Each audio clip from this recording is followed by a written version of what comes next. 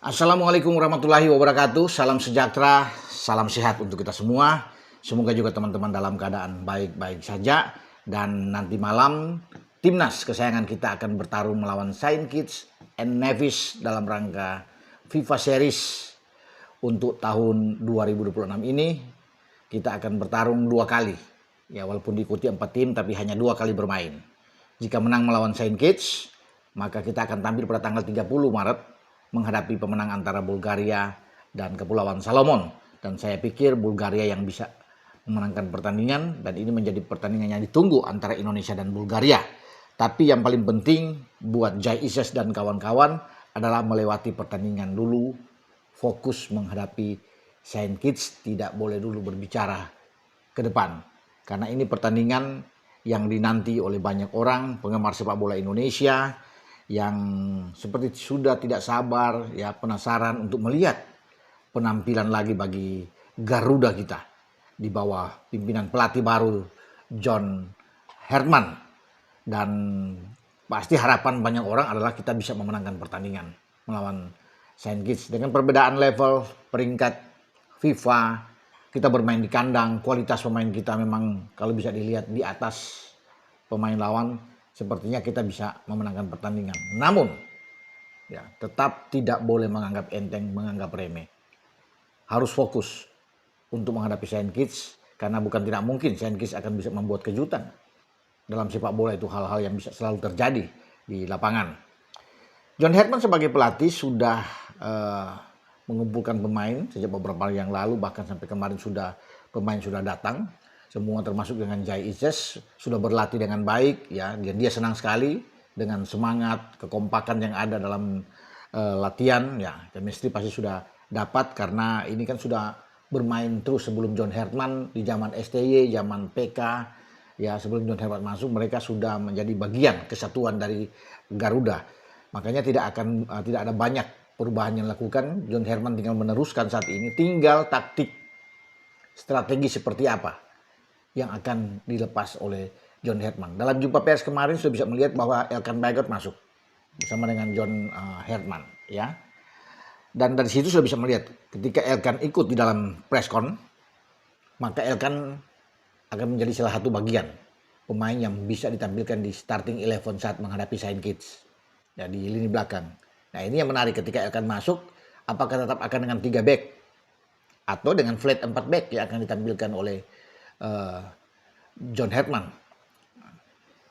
Jai baru datang. Itu yang banyak yang melihat bahwa Jai akan bermain sebagai kapten. Ya bisa saja iya langsung main, atau bisa saja main di babak kedua. Kalau Elkan Bagot main, ya di belakang itu bisa aja ya terjadi, misalnya dengan kalau flat ada Elkan sama Rido. Ya, kita tidak tahu kalau dengan 3 back itu bisa aja Jai yang langsung main, Rido dengan Elkan. Itu yang nanti patut kita tunggu. Dan ini tentunya kalau Elkan main pertama kali bersama dengan Jai setelah 2 tahun di absen tidak bermain, dan dia sekarang berada kembali untuk bermain di timnas, kemudian dipasangkan dengan Jai. Itu kan sesuatu yang baru bagi Elkan Bagot. Kalau dengan Rido sudah sering, dengan Jordi Amat sudah sering mereka bermain, ya. Tapi dengan Jai tentunya baru awal, tapi tetap sebagai pemain profesional, ya Elkan Bagot menyambut dengan baik dan senang, ya, jika dia berada di tim dan bermain bersama dengan Jai Ises yang disebutnya sebagai pemain yang bagus, bermain di klub di Serie A bersama dengan Sassuolo. Nah, kalau coba mengutak-atik, ya, pola atau seperti apa starting 11 susunan pemain yang akan dimainkan oleh John Herdman sepanjang nanti pertandingan malam ini. Ya, saya pikir kalau memang pemain-pemain top lebih dulu dimainkan karena kita butuh gol, butuh kemenangan, ya. Maka walaupun mereka beberapa baru 1 hari, ada yang baru 2 hari sampai itu mungkin masih merasa capek, ya bisa saja dimainkan sejak awal di 45 menit pertama atau di 45 menit kedua. Nah, kalau bicara dengan pemain-pemain yang full, yang top untuk bisa mengejar gol, mengejar kemenangan, maka penjaga gawang itu yang sudah datang dari awal adalah Martin Paz yang akan bermain.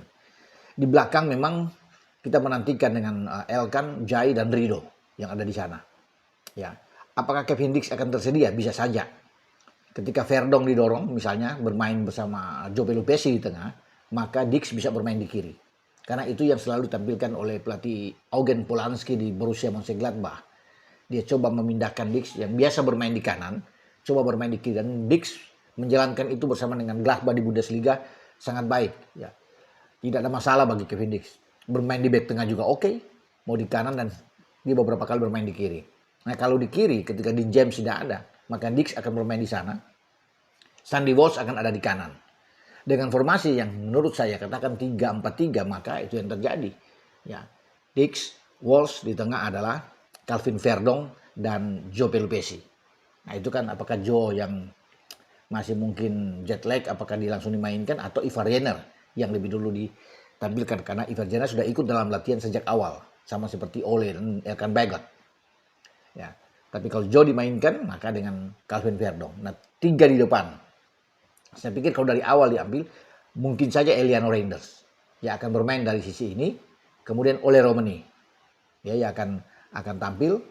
Dengan pertanyaan, Ragnar sudah bergabung. Apakah Ragnar main lebih dulu? Kalau memang untuk mengejar bisa aja Ragnar main lebih dulu.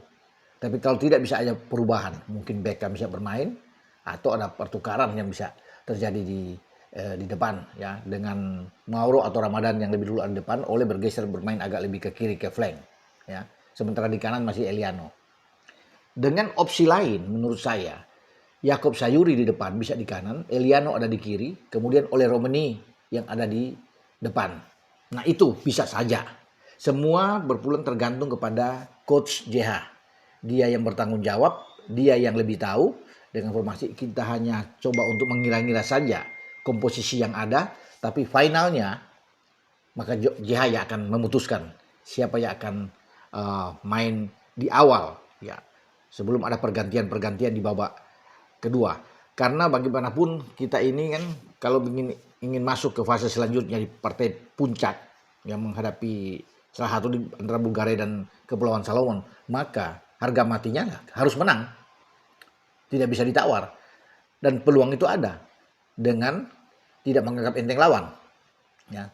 Kalau bermain normal saya pikir kita bisa mengatasi Sainz. Dukungan pasti akan mengalir ke tim asuhan John Herdman.